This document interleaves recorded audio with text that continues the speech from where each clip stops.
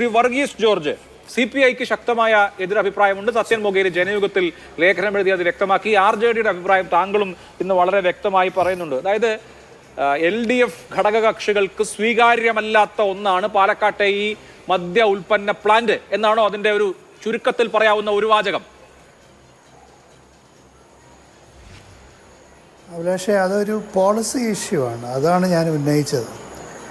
നമ്മുടെ ഗവൺമെൻറ്റിൻ്റെ നിയന്ത്രിക്കുന്ന ഇടതുപക്ഷ ജനാധിപത്യ മുന്നണിയുടെ ഏകോപന സമിതിയാണല്ലോ LDF എന്ന് പറയുന്നത്. ഇപ്പോൾ LDF ഗവൺമെൻറ് ദൈനംദിന കാര്യങ്ങളിലൊന്നും ഇടപെടാറില്ല. പക്ഷേ പോളിസികൾ നിശ്ചയിച്ചു കൊടുക്കുന്ന ഒരു സാമ്പ്രദായികമായ രീതിയുണ്ട്. അതാണ് LDFൻ്റെ ഉത്തരവാദിത്വം. ഈ ഒരു പ്രധാനപ്പെട്ട എക്സൈസ് പോളിസി എന്നാണല്ലോ പറയുന്നത്.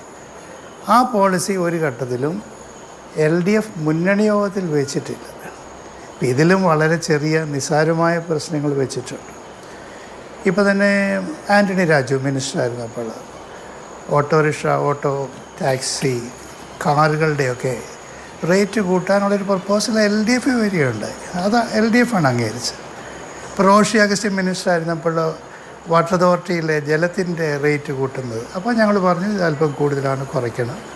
ആൻ്റണി രാജു കൊണ്ടുവന്നപ്പോൾ പറഞ്ഞാൽ അല്പം കൂടുതലാണ്, കുറയ്ക്കണം എന്ന് പറഞ്ഞു. അപ്പോൾ നമ്മുടെ അവിടെ സംഭവിക്കുന്നത് ചെറുതും വലുതുമായ 11 രാഷ്ട്രീയ പാർട്ടികളുണ്ട്.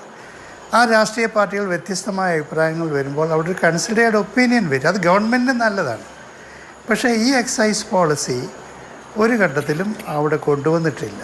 അല്ല, എനിക്കുള്ള സംശയം ശ്രീ വർഗീസ് ജോർജ്, മദ്യനയം ഇന്നലെയോ മിനിയാന്നോ അല്ലല്ലോ, 2022-23 മദ്യനയം പ്രഖ്യാപിക്കപ്പെട്ടിട്ട് അത് പ്രസിദ്ധീകരിച്ചിട്ട് എത്ര നാളായി? അതിനുശേഷം ഒരു മദ്യനയം കൂടി പ്രഖ്യാപിക്കപ്പെട്ടു. 2022-23 മദ്യനയത്തിലാണ് സുപ്രധാനമായ നയം മാറ്റം. അതായത് സംസ്ഥാനത്തിന് ആവശ്യമുള്ള എക്സ്ട്രാ ന്യൂട്രൽ ആൽക്കഹോൾ ഇവിടെ ഉണ്ടാക്കും, അങ്ങനെ ഉണ്ടാക്കുന്ന പ്ലാന്റുകൾക്ക് അനുമതി നൽകും എന്ന സുപ്രധാനമായ തീരുമാനമുള്ളത്.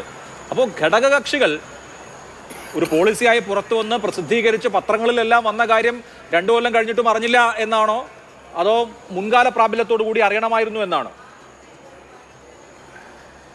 അങ്ങനെയല്ല അഭിലാഷേ, ഈ എക്സൈസ് പോളിസിക്ക് 1 വർഷത്തെ ആയുസേ ഉള്ളൂ. എക്സൈസ് പോളിസി എന്ന് പറയുന്നത് ഓരോ വർഷവും പുതുക്കണം. സാധാരണഗതിയിൽ എക്സൈസ് പോളിസി എന്ന് പറയുന്നത് നമ്മുടെ സ്റ്റേറ്റ് ഔട്ട്ലെറ്റുകളുടെ റെഗുലേഷൻ ആൻഡ് കൺട്രോളാണ്. അപ്പോൾ കാര്യമായിട്ട് അതിൽ വ്യത്യാസമില്ല. അത് ഓട്ടോമാറ്റിക്കായിട്ട് ഒരു പക്ഷേ റിന്യൂഡായിട്ട് പോകും. ഇവിടെ ഒരു നയം മാറ്റം വന്നപ്പോൾ, നമ്മുടെ സംസ്ഥാനത്ത് തന്നെ ഇത് ഉൽപ്പാദിപ്പിക്കാനുള്ള നയം മാറ്റം വന്നപ്പോഴെങ്കിലും ഇത് LDFൽ വെക്കണമായിരുന്നു. അപ്പോൾ LDFൽ വെക്കാതെ ഇത്തവണ സംഭവിച്ചത് അഭിലാഷ് എന്താണെന്ന് ചോദിച്ചാൽ, ഒരുപക്ഷെ ക്യാബിനറ്റിൽ പോയി കാണും. ക്യാബിനറ്റ് അംഗീകാരം കൊടുത്ത് മന്ത്രിതല തീരുമാനമെടുത്ത് അതുമായിട്ട് മുന്നോട്ട് പോകും. അപ്പോൾ ഇടതുപക്ഷ മുന്നണിയിലെ ഒരു ഘടകകക്ഷി എന്നുള്ള നിലയിൽ പ്രകാശൻ മാസ്റ്റർ ഉൾപ്പെടെയുള്ളവരോട് ഞങ്ങൾക്ക് പറയാനുള്ളത്, ഒരു കളക്റ്റീവ് ഡിസിഷൻ മേക്കിംഗ് ആണ്. ഇപ്പോൾ ഏകപക്ഷീയമായൊരു ഡിസിഷൻ മേക്കിംഗ് വന്നു. അപ്പോൾ അതുകൊണ്ടാണ് നമുക്ക് ആ പോളിസിയോട് യോജിക്കാൻ പറ്റാത്തത്. ഓക്കെ, ഞാനിപ്പോൾ ശ്രീ വർഗീസ് ജോർജ് LDF സർക്കാരിൻ്റെ മദ്യനയം, പ്രസിദ്ധീകരിക്കപ്പെട്ട മദ്യനയം വായിച്ചു നോക്കുകയായിരുന്നു. ഇപ്പോൾ മാധ്യമങ്ങളുടെ കയ്യിലും എല്ലാവരുടെ കയ്യിലുണ്ടെന്ന് പറഞ്ഞാൽ അതൊരു പൊതുരേഖയാണ്. ആ പൊതുരേഖയിൽ തന്നെ പല കാര്യങ്ങൾ, അതായത് ഇപ്പോൾ തീരുമാനത്തിലേക്ക് എത്തുന്ന പല കാര്യങ്ങളും വിശദീകരിക്കുന്നുണ്ട്.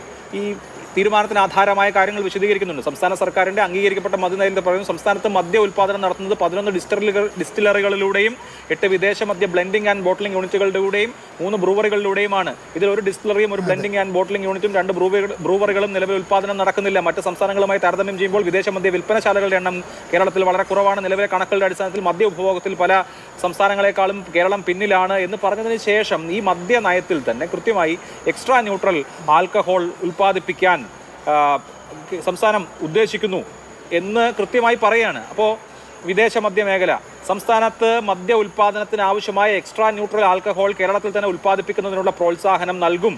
ആയതിന് തയ്യാറാകുന്ന ഡിസ്റ്റിലറികൾക്കും പുതിയ യൂണിറ്റുകൾക്കും അനുമതി നൽകും. 24ാമത്തെ ക്ലോസാണ് വിദേശ മദ്യ മേഖലയിൽ മദ്യനയത്തിൽ. അപ്പോൾ ഇത് സർക്കാരിൻ്റെ മദ്യനയം നേരത്തെ തന്നെ പ്രസിദ്ധീകൃതമായി എല്ലാ ജനങ്ങൾക്കും അവൈലബിൾ ആയിട്ടുള്ള ഒരു കാര്യമാണ്.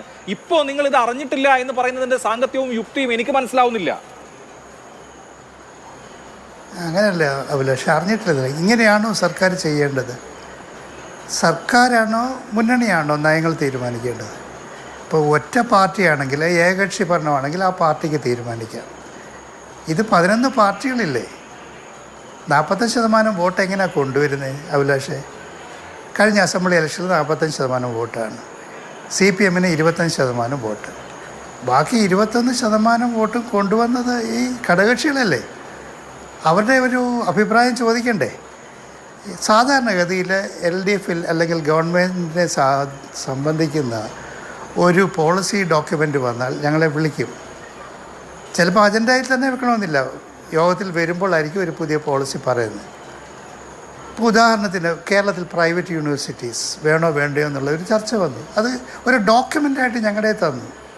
ഞങ്ങൾ അതിനെ എതിർത്തു. ഒടുവിൽ CPM കേന്ദ്ര കമ്മിറ്റി തന്നെ പറഞ്ഞു അത് വേണ്ടെന്ന് പറഞ്ഞു. അപ്പോൾ നമ്മൾ അറിഞ്ഞോ ഇതിനെ പ്രിയംപ്റ്റ് ചെയ്തോ എന്നുള്ളതല്ല. ഒരു ഗവൺമെൻറ്, ഒരു ക്യാബിനറ്റ് ഒരു തീരുമാനം എടുക്കുമ്പം അതിനൊരു മുന്നണിയുടെ മാൻഡേറ്റ് വേണ്ടേ? അതാണ് ഞാൻ ചോദിക്കുന്നത്. അല്ല, അങ്ങ് പറഞ്ഞ പോയിന്റ് ഞാൻ എടുത്തു, അത് ശരിയാണ്. ഇതുപോലെ സുപ്രധാനമായ നയ തീരുമാനങ്ങൾ മുന്നണി അറിയുകയും ചർച്ച ചെയ്യുകയും എന്നുള്ളതാണ് മുന്നണി രാഷ്ട്രീയത്തിൽ വേണ്ട ഒരു കാര്യം. ഞാനത് എടുത്തു, അംഗീകരിച്ചു. എൻ്റെ ചോദ്യം, ഈ മദ്യനയം വന്നിട്ട് കുറേ നാളായല്ലോ, മദ്യനയം പ്രസിദ്ധീകൃതമായല്ലോ, എന്തുകൊണ്ടാണ് ഘടകകക്ഷികൾ ഇത് വായിച്ചു നോക്കിയിട്ട് ഇത് മുന്നണി ചർച്ച ചെയ്യേണ്ട കാര്യമല്ലേ? മുന്നണി ചർച്ച ചെയ്യാതെ സുപ്രധാനമായ ഈ നയ തീരുമാനം, അതായത് കേരളത്തിൽ പുതിയ ഡിസ്റ്റിലറികൾക്കും പുതിയ യൂണിറ്റുകൾക്കും ബ്രൂവറികൾക്കും അനുമതി നൽകുമെന്ന തീരുമാനം മുന്നണി അറിയാതെ എന്തിനെടുത്തു എന്ന് അന്നായിരുന്നില്ലേ പറയേണ്ടത് എന്നുള്ളതാണ് എൻ്റെ ചോദ്യം. അഭിലാഷ്, മദ്യനയം നിലനിൽക്കുന്നില്ലല്ലോ. 2022 മദ്യനയം മാർച്ച് 30 അവസാനിച്ചു. അല്ല, ഇത് ഞാനിപ്പോ വായിച്ചത് 22, 23 അല്ല, 23, 24 ഇപ്പോൾ നിലനിൽക്കുന്ന മദ്യനയമാണ്. 23, 24 മദ്യനയമാണ്. അതെ, ഇത് ഓരോ വർഷം കഴിയുമ്പോൾ ഇത് ലാപ്സായി പുതുതായിട്ട് കൊണ്ടുവരും. ഞങ്ങളോട് പത്രപ്രവർത്തകർ ചോദിക്കുന്നുണ്ടായിരുന്നു, മാതൃഭൂമിയുടെ ഉൾപ്പെടെയുള്ള പത്രപ്രവർത്തകർ ചോദിക്കുന്നുണ്ടായിരുന്നു, പുതിയ മദ്യനയം LDF ചർച്ച ചെയ്തോ? നമ്മൾ പറഞ്ഞാൽ അത് അജണ്ടയായി വന്നിട്ടില്ലെന്ന് പറയും. നമ്മൾ രണ്ടും പറയുന്ന ഒരു കാര്യമാണ്. പക്ഷേ ഒരു മാൻഡേറ്റ് മുന്നണിയുടെ വേണ്ടതെന്നാണ് ഞാൻ ചോദിക്കുന്നത്.